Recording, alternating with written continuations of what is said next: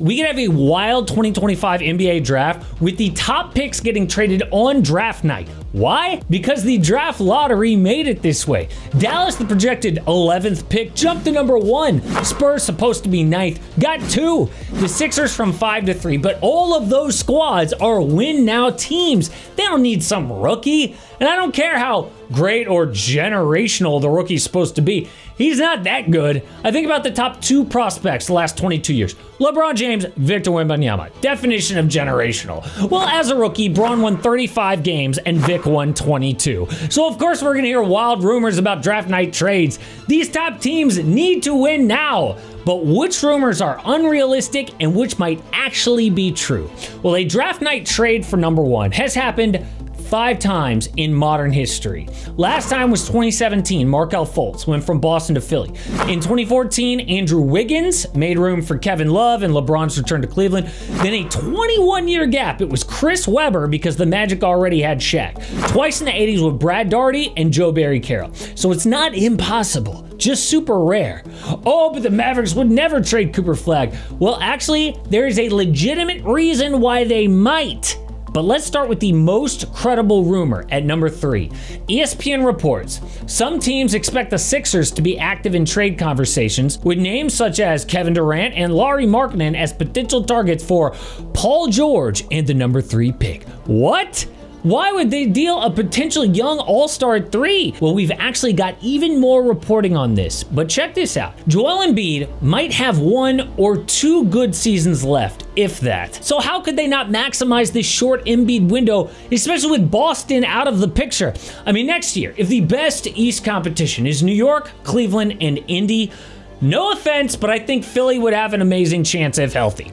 And think about who leads the Sixers front office, okay? The guy about to make this decision, Daryl Morey, the biggest star hunter GM in the NBA. Since becoming a GM, he has acquired James Harden, prime Dwight Howard, Chris Paul, Russell Westbrook, and Paul George. I mean, say what you want about analytics, but this man does crazy 2K trades with the best of them. Oh, and people called him like a genius GM after he got Harden in Houston. Well, dude's just been chasing that glory ever since. Came close to winning a title in 2018, but came up short. So do you think that guy is going to allow this opportunity to slip by? Oh, and that Paul George press conference probably felt pretty good, but since then it's been a disaster. So if you trade the pick and PG, it allows them to get off of his toxic 4-year max contract while getting another star. How could they not do it? Well, the kid they'd be punting on, club shooter. His flaws are a weak handle and decision making under pressure.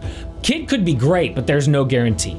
But the trade for KD had a huge blow. Mark Stein immediately reported, when I've checked out the Durant scenario, it's been strongly debunked to me. I do not think that Philly is in the market for trying to pursue Kevin Durant, which would leave Lauri Markkanen. Now, Lauri is not like this big name for Sixers fan to get really excited about, but he might be better than Durant. 28 years old, under contract 4 more years. That's throughout his prime. Had a down season last year, but only because the Jazz were holding him back to tank games.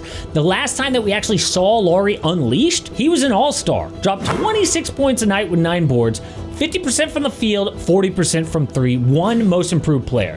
His fit makes perfect sense, okay? Lauri doesn't need the ball to be effective, which works great with Embiid and Maxey. Plus, he would be even more lethal sharing the court with those 2 stars. So the deal is the Sixers get Lauri for Paul George, the number 3 pick, and the number 35 pick, the 2nd round pick for Philly. This would give Utah that young running mate wing for star guard Isaiah Collier and center Walker Kessler. You really couldn't ask for much of a better fit. Philly also gets off of PG's contract here. It just makes too much sense.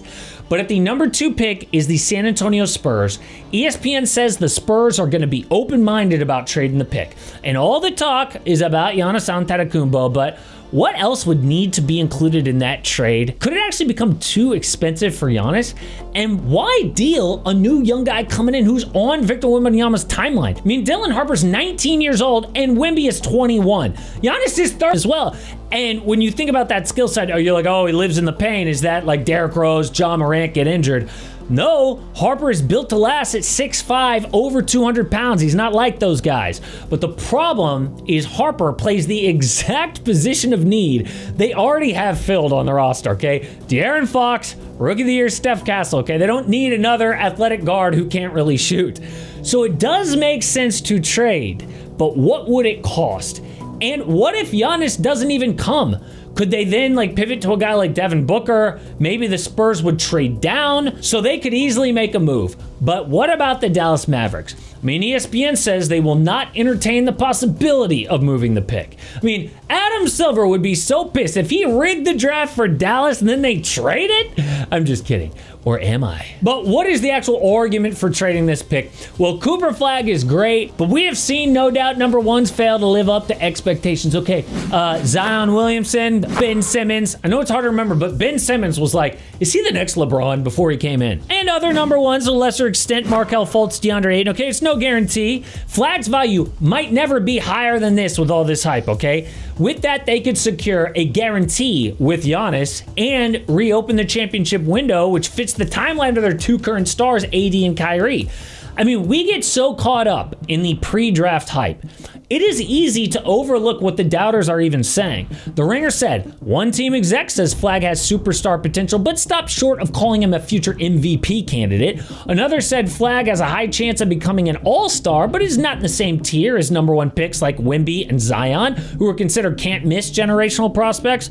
A third exec mused, great word, that Flag might top out as a very good player, but not a star. What if those guys are right? Oh, and the one guy who would do this is Nico Harrison, okay? Because what did he say after trading Luka? People ask, why is AD a good fit here? He said, because our timeline in Dallas is 3 to 4 years. 3 to 4 years. Who fits that timeline better, Cooper Flag or Giannis? And honestly, I see this as a choice between Cooper Flag or Anthony Davis. Because why would you keep them both on the same team? Like, you can either build with Cooper Flag or maximize AD's window. You can't do both. Like, if they trade AD now, he's 32 years old, value will never be higher. It's a golden opportunity to get back a lot for AD to build with Cooper. If not, how are you gonna build around the kid, okay? The Mavs control their pick in 2026, so it makes sense to lose next year, but they don't control picks in 27, 28, 29, and 30. Yo, trade AD immediately so you can tank for next year and then have assets afterwards. But they're not going to do that, are they? They're not going to trade Cooper Flag or AD, idiots. This is the worst of both worlds. Why? Because Nico Harrison is the exact worst person to navigate what the Mavericks are facing, okay? He won't trade Cooper Flag, probably because he can't, and he won't trade AD because his entire reputation is based now on how well AD plays. You couldn't think of a worse GM right now for the Mavericks than Nico Harrison. But something huge could happen on draft night. I think Philly is most likely, but big things are coming, and that is not the case, unfortunately, in Denver. A lot of haters are going to say, oh, Nikola Jokic will never win another title. Well, when you look at the details of the mess they are in, it's kind of hard to disagree.